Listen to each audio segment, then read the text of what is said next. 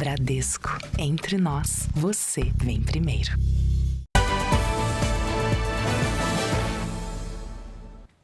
Olá, boa noite. Boa noite. Armas, celulares e computadores foram apreendidos hoje durante uma operação contra 2 policiais militares envolvidos na morte de um investigador em São Paulo. Um dos agentes foi indiciado por homicídio com dolo eventual quando se assume o risco de matar. Os mandados de busca e apreensão foram cumpridos nesta manhã em 3 endereços: no Batalhão da Rota e nas casas dos PMs Marcos Augusto Costa Mendes e Robson Santos Barreto.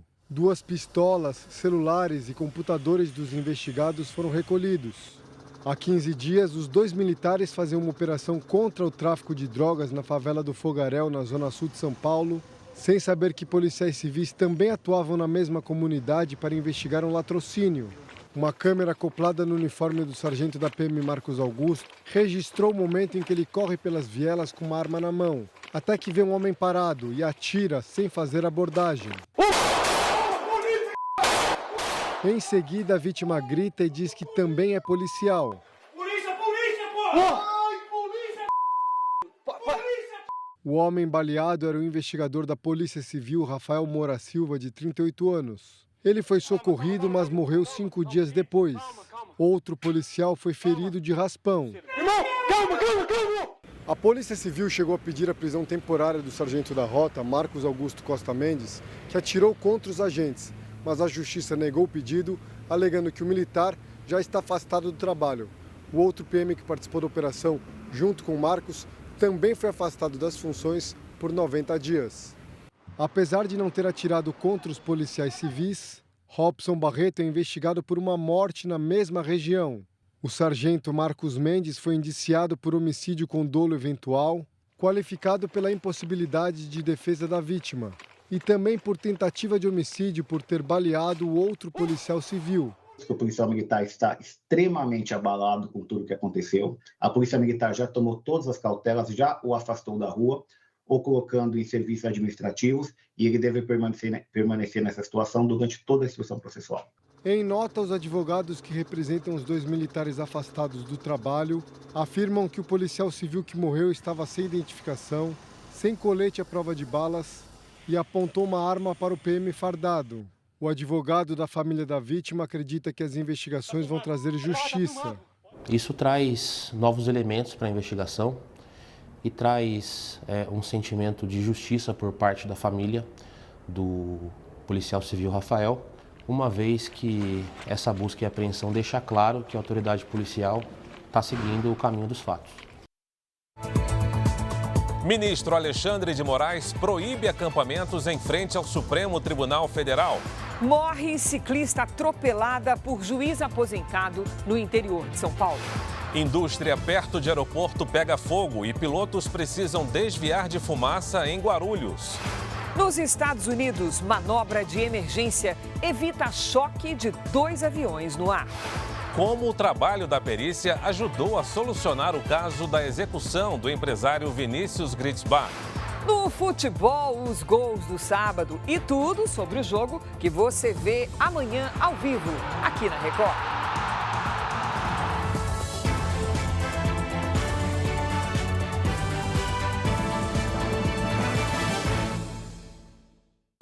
Oferecimento Bradesco, cartões de crédito com benefícios de estrela de cinema.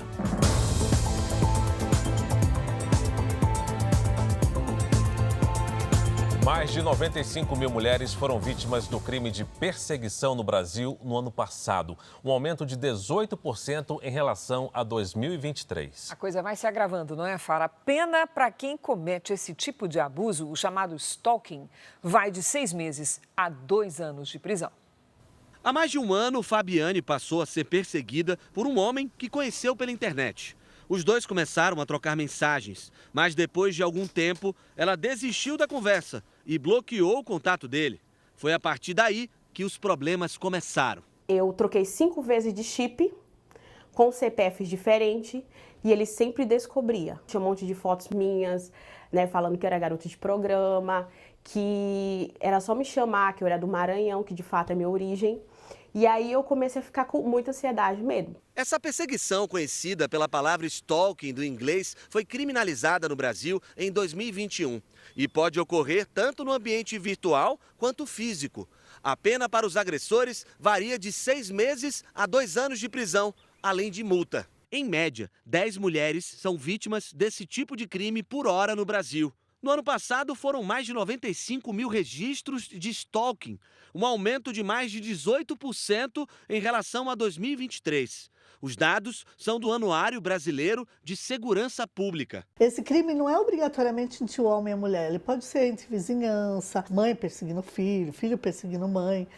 Né? E realmente o fim desse crime é a pessoa denegrir a imagem da outra. A Secretaria da Segurança Pública de São Paulo orienta que vítimas de stalking procurem a polícia e apresentem o maior número possível de provas.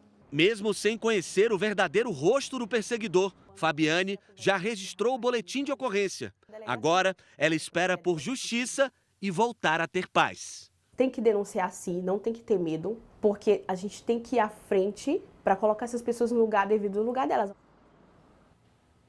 2 chefes da maior facção criminosa do Rio de Janeiro foram transferidos hoje de Bangu para a Penitenciária Federal de Catanduvas, no Paraná.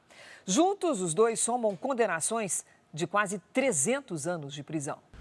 A escolta policial chegou ao complexo penitenciário de Bangu nas primeiras horas do dia. O rigoroso esquema de segurança seguiu para o aeroporto Santos Dumont para o embarque de Luiz Cláudio Machado, o Marreta, e Alexandro Rocha da Silva, o Sando Caicó. O destino dos chefes do Comando Vermelho foi a Penitenciária Federal de Catanduvas, no Paraná. A unidade, uma das mais seguras do país, foi criada para isolar líderes de facções e cortar a comunicação com o crime organizado. Os 2 presos juntos acumulam condenações de quase 300 anos de prisão.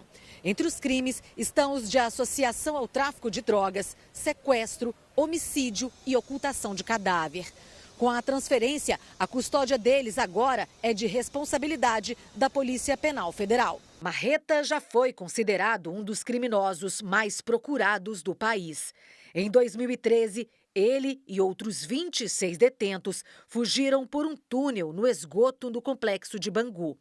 No ano seguinte, foi encontrado em Assunção, no Paraguai, em uma casa de luxo e acabou sendo preso novamente. A Secretaria de Administração Penitenciária do Rio de Janeiro afirma que a transferência reforça o compromisso de manter a ordem nas unidades prisionais. Esse especialista em segurança pública concorda com a necessidade da medida, mas defende mais rigor no cumprimento da pena para presos de alta periculosidade. O RDD, o regime de disciplina diferenciado, ele já criaria restrições para o contato desse apenado com o mundo exterior. Lembrando que deve ter um efeito pedagógico da pena aplicada. O ministro Alexandre de Moraes, do Supremo Tribunal Federal, proibiu acampamentos de deputados na Praça dos Três Poderes. A medida foi aplicada depois que o deputado Hélio Lopes montou um acampamento em frente ao tribunal. Em seguida, outros parlamentares se juntaram em apoio ao ex-presidente Jair Bolsonaro, que, segundo eles, está sendo vítima de covardias. Na decisão de Moraes, o ministro determinou que qualquer ocupação ou obstrução da Praça dos Três Poderes é proibida. Segundo Alexandre de Moraes, os acampamentos são ilegais e tentam coagir os ministros em uma tentativa de obstrução da justiça. Também é evidente o risco concreto à ordem pública, como aconteceu em 8 de janeiro de 2023. O ministro definiu que os acampamentos devem respeitar um raio de 1 quilômetro da Praça dos Três Poderes, da Esplanada dos Ministérios e de quartéis das Forças Armadas. Após a determinação do Supremo, o governador do Distrito Federal, Ibanez Rocha, foi pessoalmente notificar os manifestantes que deixaram o local pacificamente. A menos de uma semana do início do tarifaço americano, uma comitiva de senadores brasileiros chegou aos Estados Unidos para tentar ajudar nas negociações. Mas uma luz no fim do túnel está difícil, né, Cris? A relação entre os 2 países segue delicada, com a possibilidade de novas sanções contra integrantes do Supremo Tribunal Federal e do governo brasileiro. Parte da comitiva de senadores que tenta abrir diálogo com o governo dos Estados Unidos já está em Washington. Nesta segunda-feira, o grupo vai se reunir com empresários e políticos americanos, em um momento em que a crise comercial entre os dois países se agrava. Fontes da diplomacia americana afirmam nos bastidores que novas sanções devem ser aplicadas pelo governo dos Estados Unidos a integrantes do Supremo Tribunal Federal e do governo brasileiro. Destacam ainda que as decisões estão sendo tomadas diretamente por integrantes da Casa Branca e pelo próprio Donald Trump. O governo americano também estaria preparando um anúncio para justificar as tarifas de 50% aplicadas aos produtos importados do Brasil, já que a balança comercial, ou seja, a soma do que é importado e exportado, é favorável aos norte-americanos. A sobretaxa está prevista para entrar em vigor no dia 1º de agosto e pode ser a mais pesada já aplicada por Trump a outro país. Diante do impasse, o presidente Lula vai sancionar, na próxima segunda-feira, um projeto para ampliar as possibilidades de exportação para outros países, com redução de impostos para micro e pequenas empresas.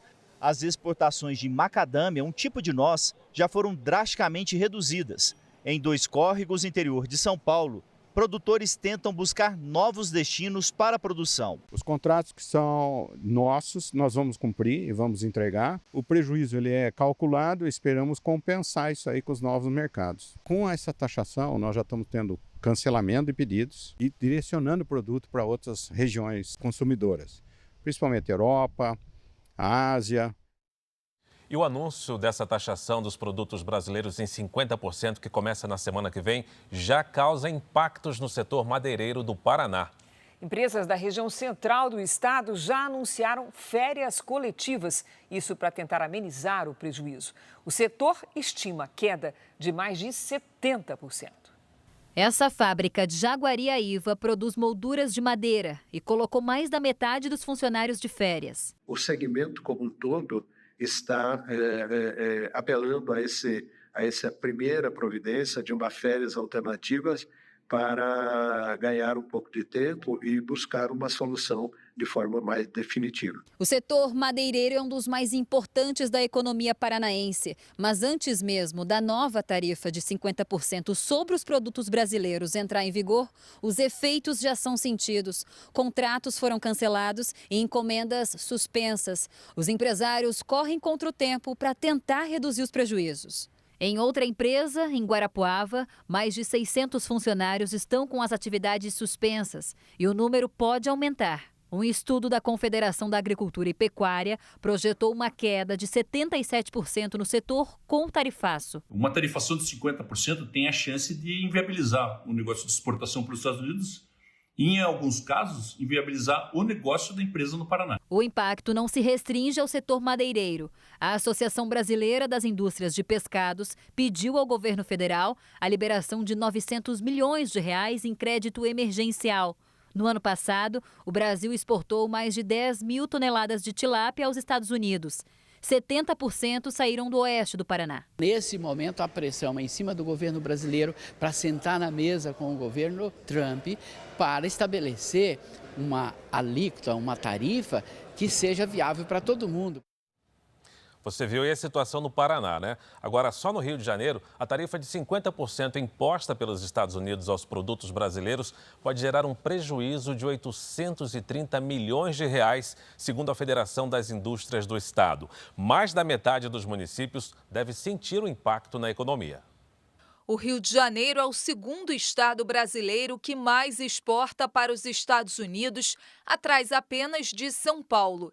Se o tarifaço for confirmado e começar a valer a partir de agosto, o Rio teria um prejuízo de 830 milhões de reais na economia. Os setores de petróleo bruto e de aço serão os mais atingidos. Juntas, as duas áreas são responsáveis por cerca de 90 mil empregos diretos no estado. Estamos falando de toda uma cadeia ligada ao principal ativo da nossa economia, que é a extração de óleo e a sua venda, mundo afora. De acordo com a Federação das Indústrias do Rio de Janeiro, 48 dos 92 municípios do estado podem ser atingidos pelo tarifaço dos Estados Unidos. Além da capital, as cidades mais prejudicadas seriam Duque de Caxias, São João da Barra, Macaé e Volta Redonda. Na última terça-feira, o governador do Rio de Janeiro, Cláudio Castro, fez uma reunião para avaliar os impactos do tarifaço. O estado deve ter uma posição oficial sobre as medidas na próxima semana. Negociar, dialogar e ter muito pragmatismo. Não adianta nós pensarmos em retaliações, nós temos que pensar no que for melhor para a economia do Brasil e a economia do Rio. O programa agora tem especialistas, como o ministro Alexandre Padilha antecipou aqui para o Jornal do Record, abriu 1.700 vagas para qualificação de médicos em todo o país. São 635 vagas imediatas e 1.143 para o cadastro de reserva. Em visita a um hospital que faz parte do Agora Especialistas, em São Paulo, o ministro da Saúde, Alexandre Padilha, destacou que a capacitação de novos médicos é uma das prioridades do programa. Além da ação emergencial que nós estamos fazendo agora, você preparar para o futuro cada vez mais oferta desses médicos especialistas, de equipes especializadas. Essa formação às vezes dura 2, 3 anos, dependendo da especialidade até 4, 5 anos. Ao lado de ex-jogadores do Corinthians, o ministro participou da campanha Sangue Corintiano, que estimula a doação. Padilha também destacou a importância da vacinação contra o sarampo. 9 casos da doença foram confirmados no interior do Tocantins. Reforce esse movimento pela vacina. Enfrentem as mentiras, as fake news sobre vacina, para que a gente possa usar ao máximo essa tecnologia, né? A picadinha que salva vidas, previne tantas doenças. Vamos falar de aviação. O piloto de um voo comercial foi obrigado a fazer uma manobra de emergência nos Estados Unidos. Já é o segundo incidente desse tipo em uma semana. Absolutamente assustador. Ele estava em rota de colisão com outra aeronave. O voo 1496 tinha decolado havia poucos minutos de Burbank, na Califórnia, quando o alarme do sistema anticolisão soou na cabine. O site que acompanha em tempo real o espaço aéreo mundial mostra os 2 aviões. A aeronave representada em vermelho leva cerca de 150 passageiros. A outra, em amarelo, ainda não teve a identificação revelada. As duas seguem trajetórias que vão se cruzar. O piloto do voo 1496 teve que descer bruscamente 2 vezes para evitar o choque. Este passageiro disse que sentiu as quedas repentinas. Achou que fosse uma turbulência, mas na segunda vez viu que havia algo de errado. Será um problema mecânico? Se questionou. 2 comissários precisaram de atendimento médico. O voo pousou como previsto em Las Vegas. A companhia disse que vai acionar a Agência de Aviação Americana para saber o que aconteceu. Em janeiro desse ano, um avião comercial se chocou em pleno ar com um helicóptero militar que sobrevoava uma região próxima ao aeroporto de Washington. 67 pessoas morreram neste acidente em Washington. Enquanto países europeus buscam uma saída para o conflito na faixa de Gaza, Israel informou que está trabalhando para melhorar o envio de ajuda humanitária à região. Uma das medidas é abrir corredores humanitários para a entrada de alimentos e de remédio para a população. Segundo as forças de defesa de Israel, 100 caminhões das Nações Unidas entraram na faixa de Gaza com alimentos e itens de higiene básica. Mas centenas de caixas com comida ainda aguardam para serem transportadas na passagem de Kerem Shalom. A coleta e a distribuição dos produtos são de responsabilidade de organizações internacionais como as Nações Unidas.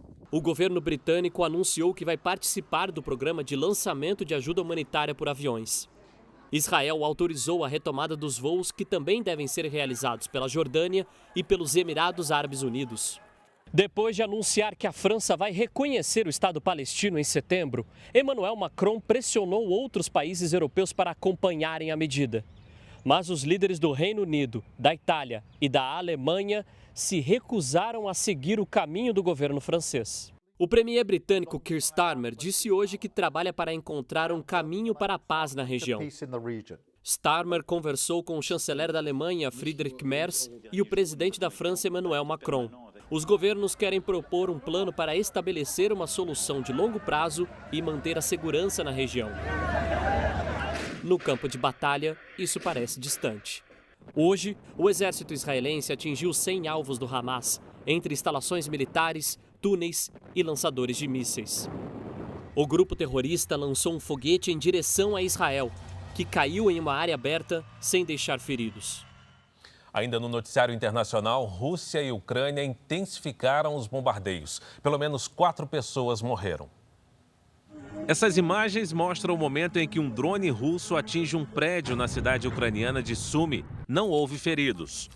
Em Kharkiv, ucranianos se esconderam em abrigos. Pelo menos 22 pessoas ficaram feridas. Houve ataques russos em várias regiões. Dnipro foi atingida por mais de 200 drones e 17 mísseis. 3 pessoas morreram.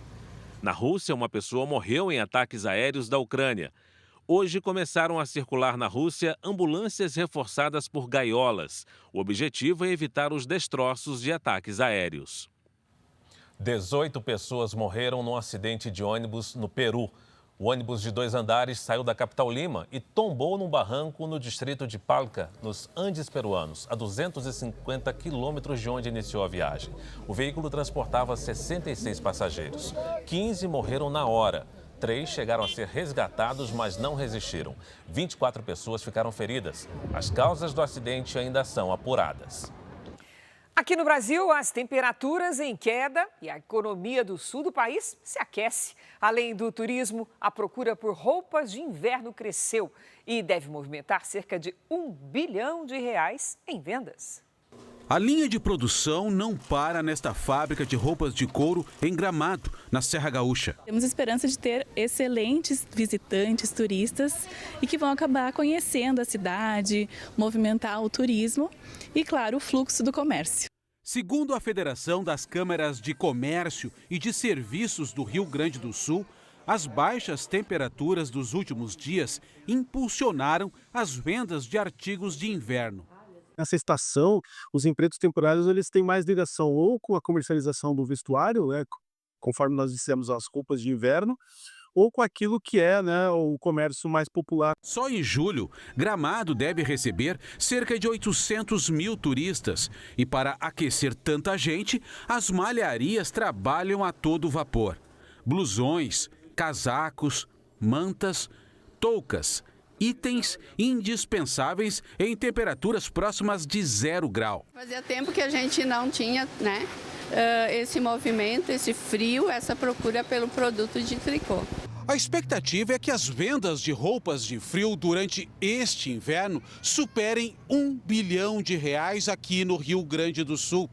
Isso representa um crescimento aproximado de 10% em relação ao inverno do ano passado. Para dar conta dos pedidos, mais de 300 vagas temporárias foram abertas na cidade. Os hotéis também têm motivos para comemorar. Dependemos do frio, né? Serra Gaúcha, nada melhor que um café colonial, combina com o frio. E a gente está com uma expectativa muito boa aí desse mês de julho, aí a gente tem um público bom aí na cidade. Hoje fez sol e voltou a esquentar em São Paulo. A Lidiane Sayuri já está aqui com a gente. Vamos saber com ela se esse tempo firme vai continuar. Oi, Lid, boa noite. Vai continuar quentinho assim? Olha, até este domingo sim, Cris. Boa noite para você. Fara, boa noite. E uma ótima noite para você que está conosco. Na segunda-feira, as instabilidades voltam. Mas o domingo será de sol na capital paulista. Esquenta bem até os 29 graus. Em Curitiba, domingo de sol entre nuvens, com máxima de 26 graus.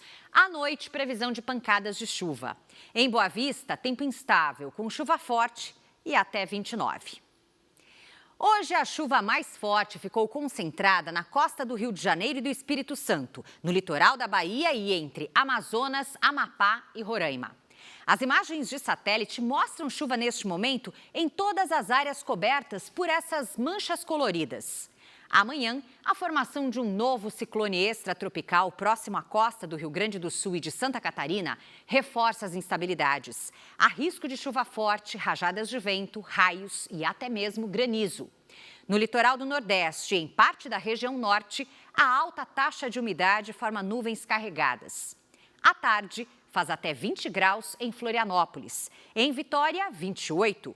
31 em Goiânia. Em Natal, 27 e até 33 em Rio Branco. Vamos aos pedidos de tempo delivery. A Cláudia é de Fortaleza, Ceará. Bem-vinda, Cláudia. Domingo de tempo aberto, ensolarado e com até 29 graus. A próxima semana começa com previsão de chuva passageira ao longo do dia. O Eliseu é de Várzea Grande, Mato Grosso. Oi, Eliseu. Nos próximos dias, o calor e o ar seco continuam sem previsão de chuva por aí. Amanhã faz até 37 graus. Na segunda, 32. Na terça, máxima de 26. A gente espera a sua participação. Mande seu pedido pelas redes sociais com o nome de uma cidade e a hashtag você no JR. Cris, Fara. Valeu, Lidy. Veja ainda hoje, fumaça de incêndio obriga pilotos a desviarem rota perto do Aeroporto Internacional de São Paulo. A seguir, tudo sobre o jogo de amanhã, aqui na Record. Inter recebe o Vasco em Porto Alegre, em busca da 4ª vitória seguida no Brasileirão.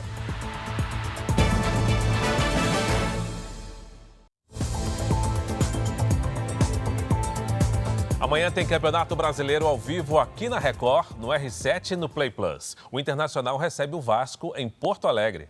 De um lado, a boa fase do time gaúcho, treinado por Roger Machado. Do outro, a má fase da equipe carioca, comandada por Fernando Diniz. Hoje quem está com a gente é o Bruno Piscinato. Oi, Bruno, boa noite. Tudo indica que o Inter vai levar uma vantagem aí, mas surpresa sempre acontece. Boa noite, Cris. Boa noite, Fara. Exatamente, nem sempre o time de melhor campanha consegue mostrar isso dentro do gramado. Boa noite a todos vocês. O futebol mostra isso a cada rodada, né? A gente pode observar. O Vasco vai precisar se superar para voltar a vencer e se afastar da zona do rebaixamento. É que o Inter vem embalado de 3 vitórias seguidas. O torcedor colorado não consegue segurar a empolgação. Tá voando, o time tá demais, tá decolando. Desde o retorno do Brasileirão, o Internacional do técnico Roger Machado levou apenas 1 gol e venceu os 3 jogos que disputou. O último contra o Santos de Neymar. É a confiança, né? Eu acho que essa parada foi muito boa pra gente também, para dar uma respirada, para dar uma descansada. Os resultados fizeram o Internacional alcançar o 10º lugar no Brasileirão. O objetivo agora é ficar entre os 6 primeiros e olhar mais de perto para uma vaga na Libertadores. Do outro lado, o Vasco da Gama, que vive uma verdadeira turbulência na temporada. A parada de 1 mês no campeonato para a disputa do Mundial de Clubes nos Estados Unidos não fez bem ao time carioca. Em 4 jogos, nenhuma vitória e uma eliminação na Sul-Americana, para protestos dos torcedores. A torcida tem o direito de cobrar, nós atletas também nos cobramos bastante. A grande novidade no time carioca será a presença de Thiago Mendes. O meio-campo estava no Al Rayyan do Catar e tem chances de começar jogando.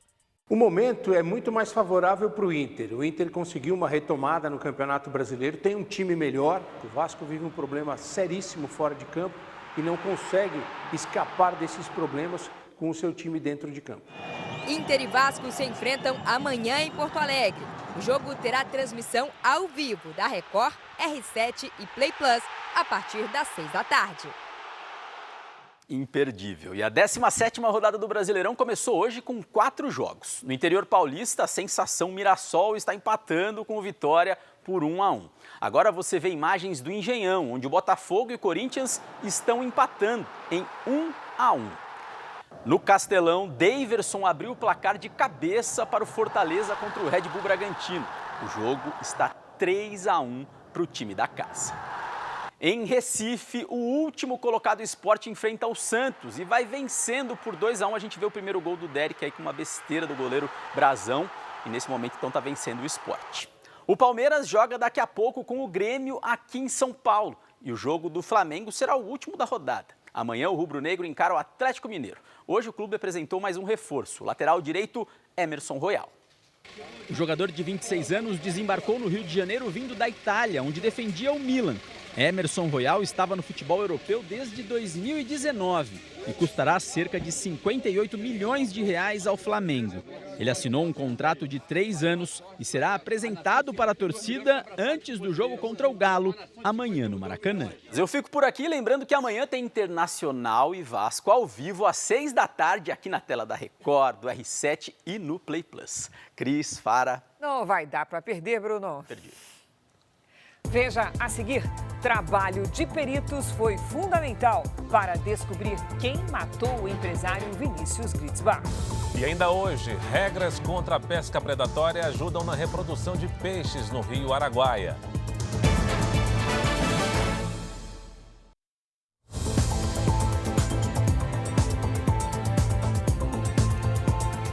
O trabalho da perícia é fundamental para solucionar crimes. Você vai ver agora como peritos do Instituto de Criminalística de São Paulo ajudaram a identificar os suspeitos no caso da execução do empresário Vinícius Gritzbach. Durante meses, uma dúvida permaneceu. Quem matou Vinícius Gritzbach? O empresário era investigado por ser mandante de 2 assassinatos e resolveu falar tudo o que sabia sobre o crime organizado e corrupção policial. Se a gente for falar de crimes, foram cometidos diversos crimes, doutor. Porque era praxe e era normal, comum você operar dessa maneira. O assassinato foi em novembro do ano passado, na saída do principal aeroporto do país. A perícia, que começou momentos após a execução, foi fundamental para ajudar o trabalho dos investigadores e identificar os suspeitos. As armas e as munições coletadas passaram por diversos testes. Neste caso, por conta da cadência de tiro, a gente tem quase 100 estojos no local. Então, foi um trabalho bastante difícil, né? Porque tem que ser analisado 100% das peças. A gente disparou com essas armas, coletou os padrões, né? Projéteis, estojos. A gente comparou em microscópio os padrões com os coletados no local e chegamos à conclusão de que aquelas armas teriam disparado naquele local da morte. É neste laboratório do Instituto de Criminalística que são separados alguns dos materiais recolhidos em uma cena de crime. Aqui, por exemplo, os peritos colhem amostras de materiais que serão analisadas. Podem ser peças com marcas de suor ou sangue, que serão encaminhadas para uma das etapas mais delicadas desse processo, a extração do material genético. Para nós, essas imagens não fazem nenhum sentido, mas elas indicam se a amostra coletada bate com a fornecida pela vítima ou suspeito do crime. No caso de Gritzbach, os materiais achados ao redor do carro usado pelos suspeitos deram as principais pistas. Várias dessas peças precisaram ser analisadas diversas vezes porque tinha pouquinho material biológico. Então, essa pouca quantidade de material que acho que foi o maior desafio dentro de cada peça e, ao mesmo tempo, a variedade, o número grande de muitas peças a serem analisadas. Segundo o laudo do Instituto de Criminalística, foram encontrados materiais genéticos dos policiais Denis Martins e Juan Silva Rodrigues. Eles são apontados pela investigação como os homens que mataram o empresário. O tenente Fernando Genauro é suspeito de ter dirigido o carro dos executores. A defesa deles nega as acusações. Ainda estão foragidos o suposto mandante do crime e o olheiro que avisou os atiradores da chegada de Vinícius. Morreu hoje a ciclista atropelada por um juiz aposentado no interior de São Paulo. Segundo a polícia, o motorista apresentava sinais de embriaguez. A ciclista Thaís Bonatti, de 30 anos, estava internada desde a última quinta-feira. Ela foi atropelada pelo juiz aposentado Fernando Augusto Fontes Rodrigues Júnior, na cidade de Araçatuba, em São Paulo. De acordo com o boletim de ocorrência, a acompanhante do motorista tentou sentar no colo dele dentro do carro. Em seguida, o juiz acabou acelerando até atropelar a vítima. Na delegacia, ele passou por um exame clínico e o médico legista disse que havia sinais de embriaguez. A ciclista teve traumatismo craniano e ferimentos na bacia. O juiz acompanhou o socorro da vítima ainda no local do atropelamento.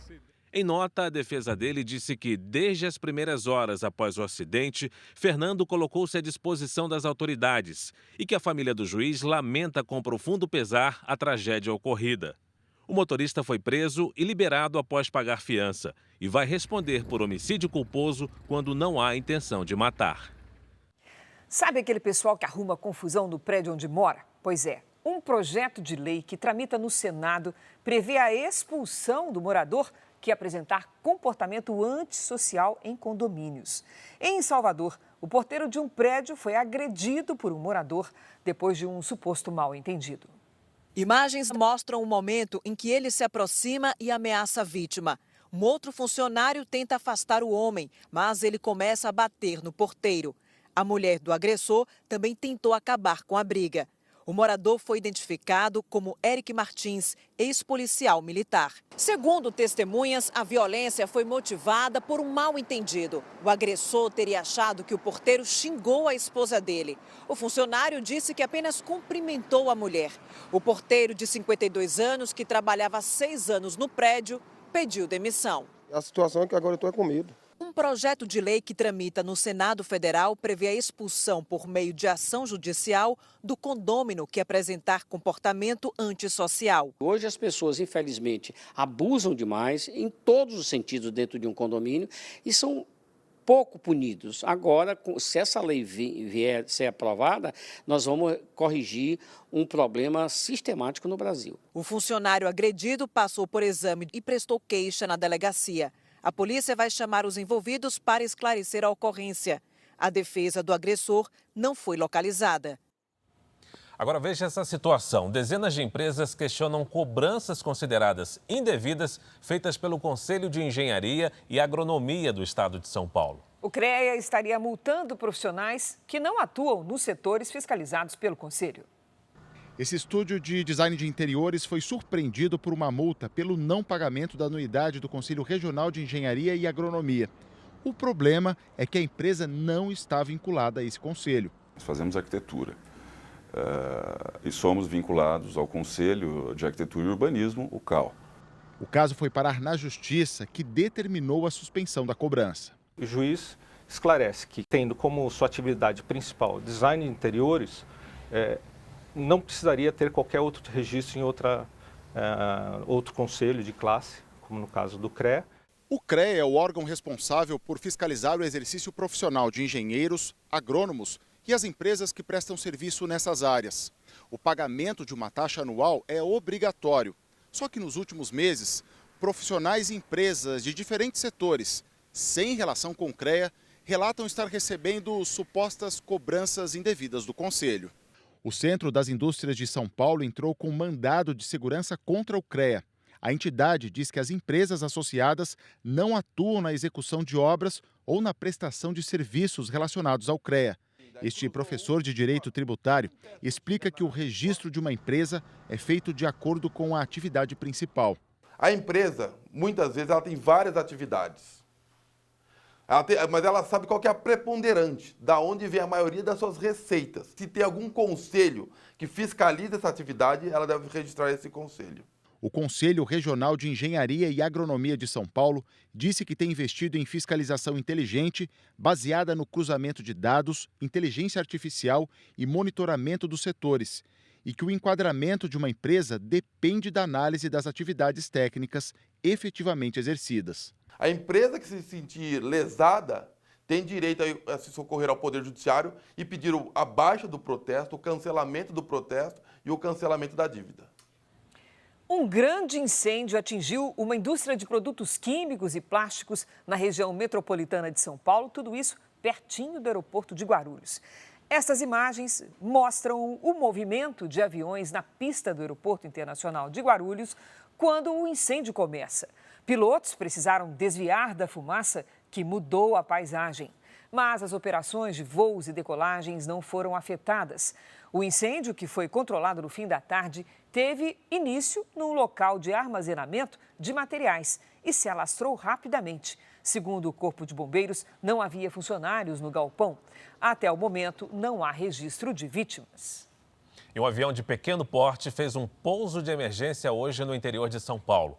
A aeronave sofreu uma pane no motor. O piloto fez o pouso forçado em uma área descampada, dentro de uma propriedade particular, perto da rodovia dos Bandeirantes, na cidade de Jundiaí. Apenas o piloto estava no avião e sofreu ferimentos leves. A aeronave estava com a situação regular. Uma lei que restringe a pesca predatória em Goiás tem ajudado na recuperação de espécies ameaçadas. Além de preservar o meio ambiente, as restrições abrem espaço para a pesca esportiva sustentável, que tem atraído turistas de todo o país ao Rio Araguaia. Você sabe que o rio está para peixe quando é possível pescar até com a mão. No meio desse tanto de peixe, é só você abrir a mão e pegar. Sebastião Caroço, conhecido como Carocinho, é pescador profissional e biólogo e registrou essas imagens no Rio Araguaia, o mais importante de Goiás. Uma abundância de peixe daquela forma, nem nos rios mais intocados do Brasil a gente não consegue ver aquele tanto de cardume. Mas tem regra, o que é pescado no rio, fica no rio. Há 12 anos, vigora em Goiás a lei da cota zero. Isso significa que é proibido transportar qualquer quantidade de peixe nativo pescado nos rios aqui do estado. A pesca esportiva, que devolve o peixe para a água, é permitida. Também é possível consumir até 5 quilos de pescado no próprio rio, respeitando as espécies ameaçadas e os tamanhos dos animais. A decisão de proibir o transporte de peixe foi tomada para permitir a reprodução e o repovoamento dos rios. E tem dado resultado. A gente consegue ver que os cardumes aparecem anualmente, várias vezes ao ano, subindo o rio. Peixes que eram ameaçados de extinção se tornaram mais comuns, como a piratinga e a piraíba, a rainha do Araguaia. De inteirinho, de muita batalha, nós conseguimos. E se tem peixe no rio, a cadeia alimentar funciona como deveria. Flagrantes de botos, arraias, jacarés gigantes e onças voltaram a ser rotina. Para a felicidade dos turistas que lotam as praias do Araguaia, em pleno inverno brasileiro, a Record, mais uma vez, montou uma arena no coração de Aruanã, considerada a capital do Rio Araguaia. Um espaço com vista privilegiada, com atrações para os visitantes, como música e ações de conscientização ambiental, para que o rio continue sendo um lugar de diversão e fartura por muito tempo. Só aprendeu a respeitar e é por isso que tem gente vindo do mundo inteiro para pescar com a gente. E dessa vez não teve história de pescador, não é, Fara? Exatamente. Ele pega peixe com a mão, falou aqui. A imprudência de pilotos é o que causa a maioria dos acidentes com embarcações na Bahia, segundo a Marinha. Nesta semana, um catamarã com quase 100 pessoas a bordo bateu em um barco. Os coletes salva-vidas foram fundamentais para que o grupo aguardasse o resgate em segurança. O catamarã tinha partido de Morro de São Paulo e bateu no barco pesqueiro que estava ancorado e com o motor desligado a 10 quilômetros da costa, na região da ilha de Itaparica. Os 2 pescadores conseguiram pular da embarcação antes da batida. Quando a gente piscou o olho, quando viu, já estava em cima. Só deu tempo a gente se jogar e ficar à deriva lá.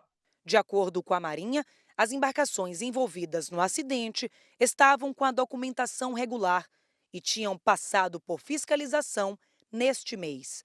Todos serão ouvidos, não só os pescadores, como os tripulantes do catamarã. Alguns passageiros também serão ouvidos durante o transcorrer do inquérito para a gente apurar o que realmente aconteceu. Esse não foi um caso isolado. 6 acidentes graves envolvendo embarcações foram registrados em 2 anos e meio no litoral baiano. 11 pessoas morreram no período. A imprudência dos condutores é a principal causa dos acidentes, segundo a Marinha, que disse realizar fiscalizações constantes para tentar reduzir o número de ocorrências. Um dos acidentes aconteceu em abril deste ano. 2 lanchas bateram de frente na ilha de Morro de São Paulo. O gerente de uma pousada da região estava na parte da frente de uma das embarcações e não resistiu aos ferimentos. Uma pesquisa divulgada nos Estados Unidos revela um dado preocupante. Olha essa, Cris. Adolescentes têm trocado amizades reais por interação com a inteligência artificial. Pesquisadores norte-americanos identificaram que jovens passaram a utilizar a inteligência artificial não apenas para fazer pesquisas ou executar tarefas. Eles criaram uma conexão emocional com as máquinas. Foram ouvidos mais de 1.000 adolescentes de 13 a 17 anos, que mantêm interação constante com avatares, personagens que só existem no mundo virtual. O resultado foi considerado preocupante pelos próprios autores da pesquisa. 72% dos adolescentes disseram que tratam a inteligência artificial como um amigo. Mais da metade, 52%, declarou que a interação é diária. 31% afirmaram que as conversas com as ferramentas de inteligência artificial são mais satisfatórias do que as com amigos reais. E 1/3 confessou já ter pedido conselhos a um amigo virtual. Essa especialista em IA explica como age esse tipo de inteligência artificial. Ela cria pessoas similares a você ou pessoas que são programadas para concordar com você. Então, é muito fácil você se relacionar com uma pessoa que só concorda com tudo que você fala. Durante a adolescência, o cérebro passa por grandes transformações. O córtex pré-frontal, responsável pela tomada de decisões e controle dos impulsos, ainda está em formação. O sistema que regula as emoções faz os jovens experimentarem tudo com grande intensidade. São vínculos emocionais que levam à dependência, alerta o chefe da pesquisa. Em 28 de fevereiro de 2024, na Flórida, Sewell Sitzer, de 14 anos, passou a interagir com um aplicativo de inteligência artificial. Segundo a mãe, ele considerava a tecnologia seu melhor amigo e passou a ter crises de ansiedade e oscilações de humor, e chegou ao extremo de tirar a própria vida. Para quem estuda o assunto, a melhor maneira de proteger as crianças e adolescentes é a supervisão de um adulto. Os pais têm que prestar atenção no que os jovens estão fazendo nas redes sociais. Eles têm que saber quais sites eles estão logados, quais sites eles têm conta e acompanhar e monitorar o uso deles dentro dessas redes. E veja só, na Europa, o calor deste verão por lá é tamanho que tem sobrecarregado o sistema elétrico de Paris. Para evitar as quedas de energia cada vez mais frequentes, a empresa responsável pelo fornecimento de luz está modernizando a rede, que já fica embaixo da terra. Um trabalho que só vai terminar em 2050. Em apenas 2 semanas, Paris registrou 85 interrupções de energia. Com toda a rede elétrica da capital francesa instalada no subsolo, o calor intenso virou um problema. Em dias em que os termômetros marcam 40 graus, a temperatura embaixo da terra chega a 90 graus e a fiação antiga simplesmente não aguenta e acontecem os apagões. Para evitar novas quedas de energia, a empresa responsável pelo fornecimento está modernizando centenas de quilômetros de cabos. Um trabalho a longo prazo, que começou há 15 anos e só deve terminar em 2050. A tecnologia antiga usava o isolamento feito de papel com óleo, que fornecia isolamento para cada um dos núcleos do cabo. Já a nova versão é feita de material sintético, que oferece maior durabilidade e melhor resistência. Hoje, segundo um dos diretores regionais, os esforços de renovação estão concentrados no segmento específico de cabos que são sensíveis às variações de temperatura. A empresa renova em média 100 quilômetros de cabos por ano, um investimento que custa o equivalente a quase 260 milhões de reais. Especialistas em estudos climáticos alertam que os próximos verões na França provavelmente serão ainda mais quentes, com temperaturas acima de 40 graus todos os anos. No Reino Unido, o calor também impacta a rotina de quem depende do transporte público. Quando os termômetros passam dos 30 graus, alguns trens chegam a circular com atraso ou têm um serviço suspenso. Segundo a operadora nacional, as altas temperaturas podem prejudicar a infraestrutura e colocar em risco a segurança das viagens. Além do calor extremo, o território britânico enfrenta a pior seca em quase 50 anos. Por causa da estiagem, o condado de Yorkshire proibiu o uso de mangueiras para regar o jardim, encher uma piscina infantil ou lavar o carro. Quem desrespeitar a medida pode receber multa equivalente a mais de R$ 7.400. A medida deve ser mantida até o inverno, que começa em dezembro. Outras regiões devem adotar a restrição até o fim de julho. Ainda na Europa, nas últimas 24 horas foram registrados 52 incêndios florestais na Grécia. Nessa vila, os moradores se recusaram a sair, apesar das autoridades terem dado ordem para as pessoas deixarem a região e seguirem em direção a Atenas. Helicópteros lançam água para ajudar no combate às chamas. Cerca de 7.000 hectares já foram consumidos pelo fogo. 5 pessoas foram levadas para hospitais depois de inalar fumaça. A previsão é de que as temperaturas cheguem a 44 graus Celsius neste fim de semana. E subiu para 33 o número de mortos no conflito entre Tailândia e Camboja.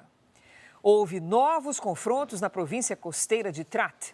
Tailândia e Camboja disputam o território. Pelo menos 130 mil pessoas deixaram as casas. Campos de refugiados estão lotados. Os dois países buscam apoio diplomático e afirmam agir em legítima defesa.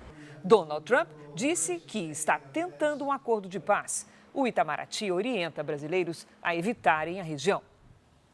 O Japão tenta revitalizar imóveis que perdem valor de mercado quando os antigos proprietários morrem no local. As imobiliárias oferecem grandes descontos para compensar a má fama dos apartamentos. Os japoneses costumam dar um nome específico a imóveis onde antigos moradores tenham morrido. São os chamados Jikobuken. Com uma população que envelhece ano a ano, não é incomum um idoso que mora sozinho morrer de causas naturais e ser encontrado horas ou dias depois. E esse histórico acaba influenciando o valor de mercado. Esses imóveis custam cerca de 20% a menos do que outras casas. Essa redução é significativa em um país onde o preço médio de um apartamento de 70 metros quadrados na capital chega a quase 4 milhões de reais. Segundo este agente imobiliário, os locais são reformados antes de serem colocados à venda.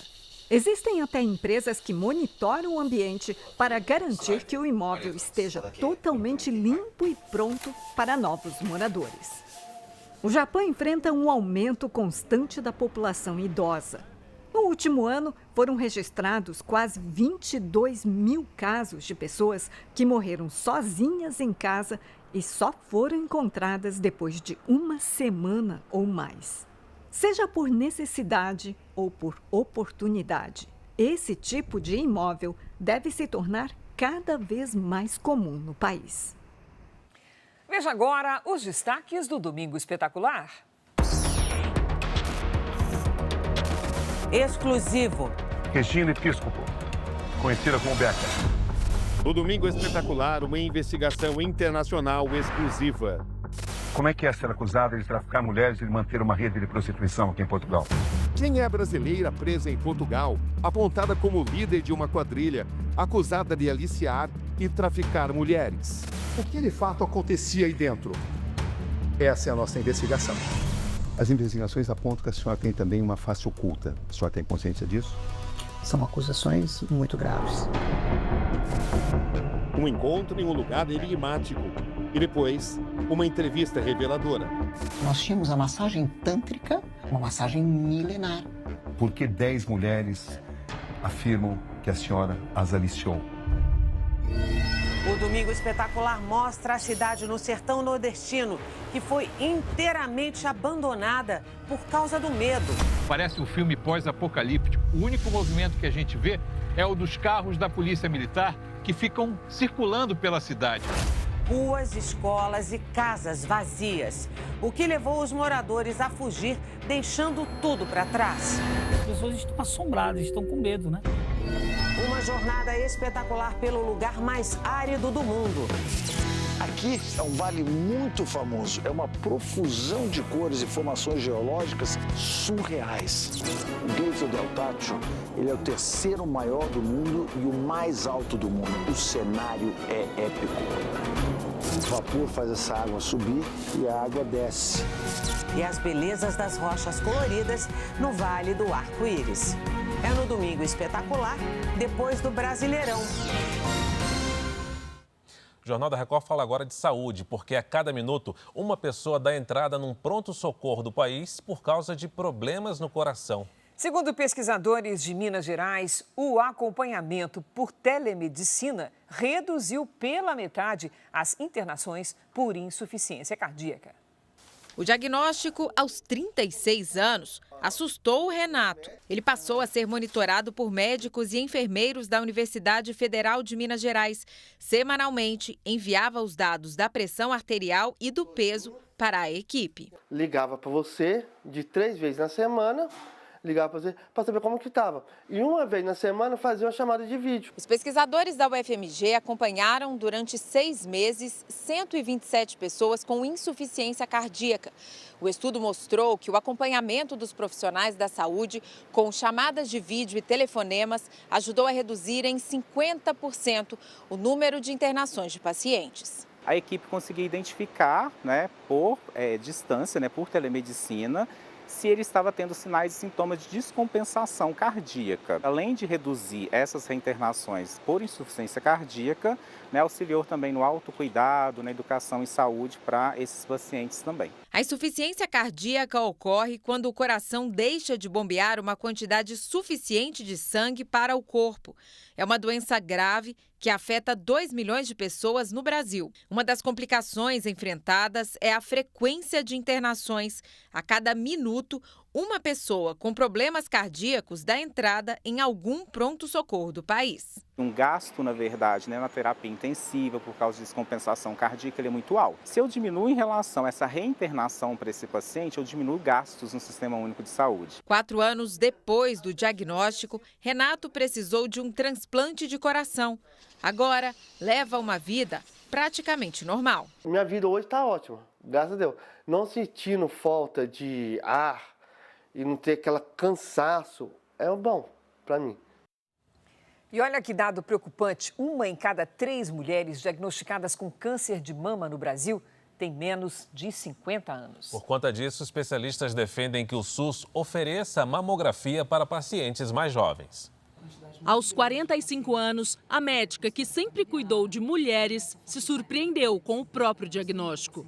É sempre aquele susto, é sempre um momento onde bate de frente, aquele medo do desconhecido.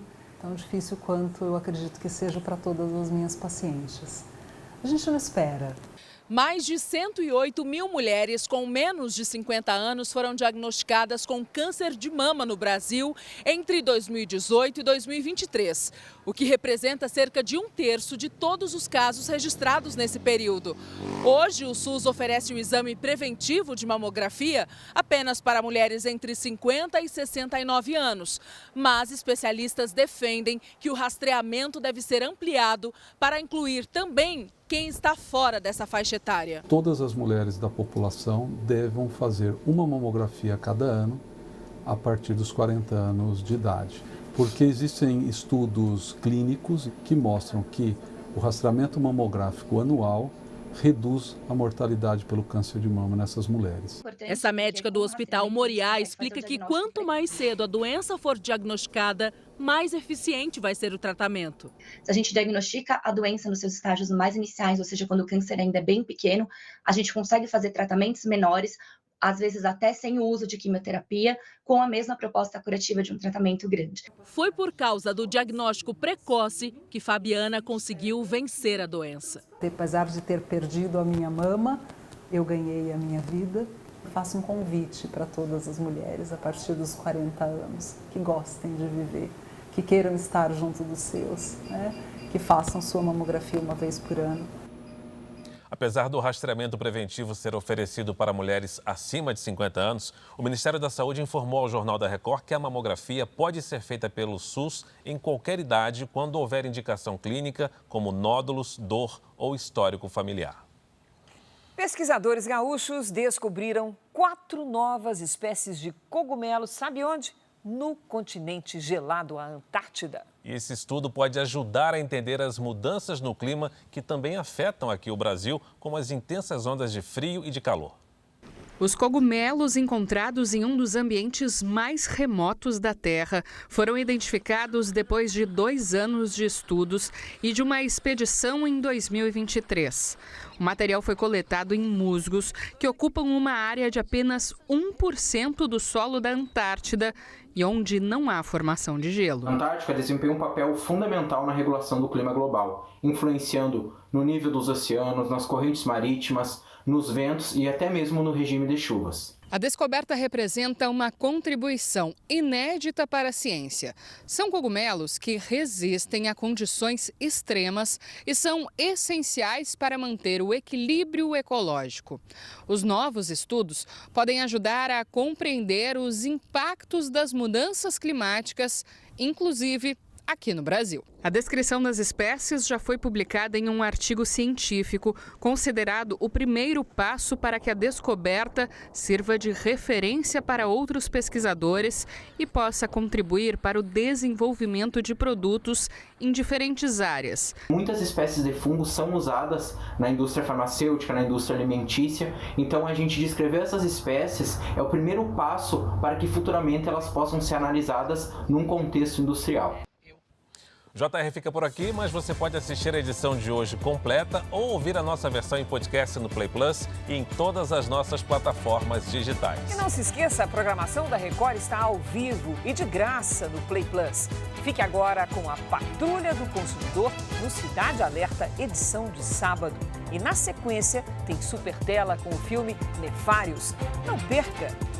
Ótima noite para você. Excelente noite.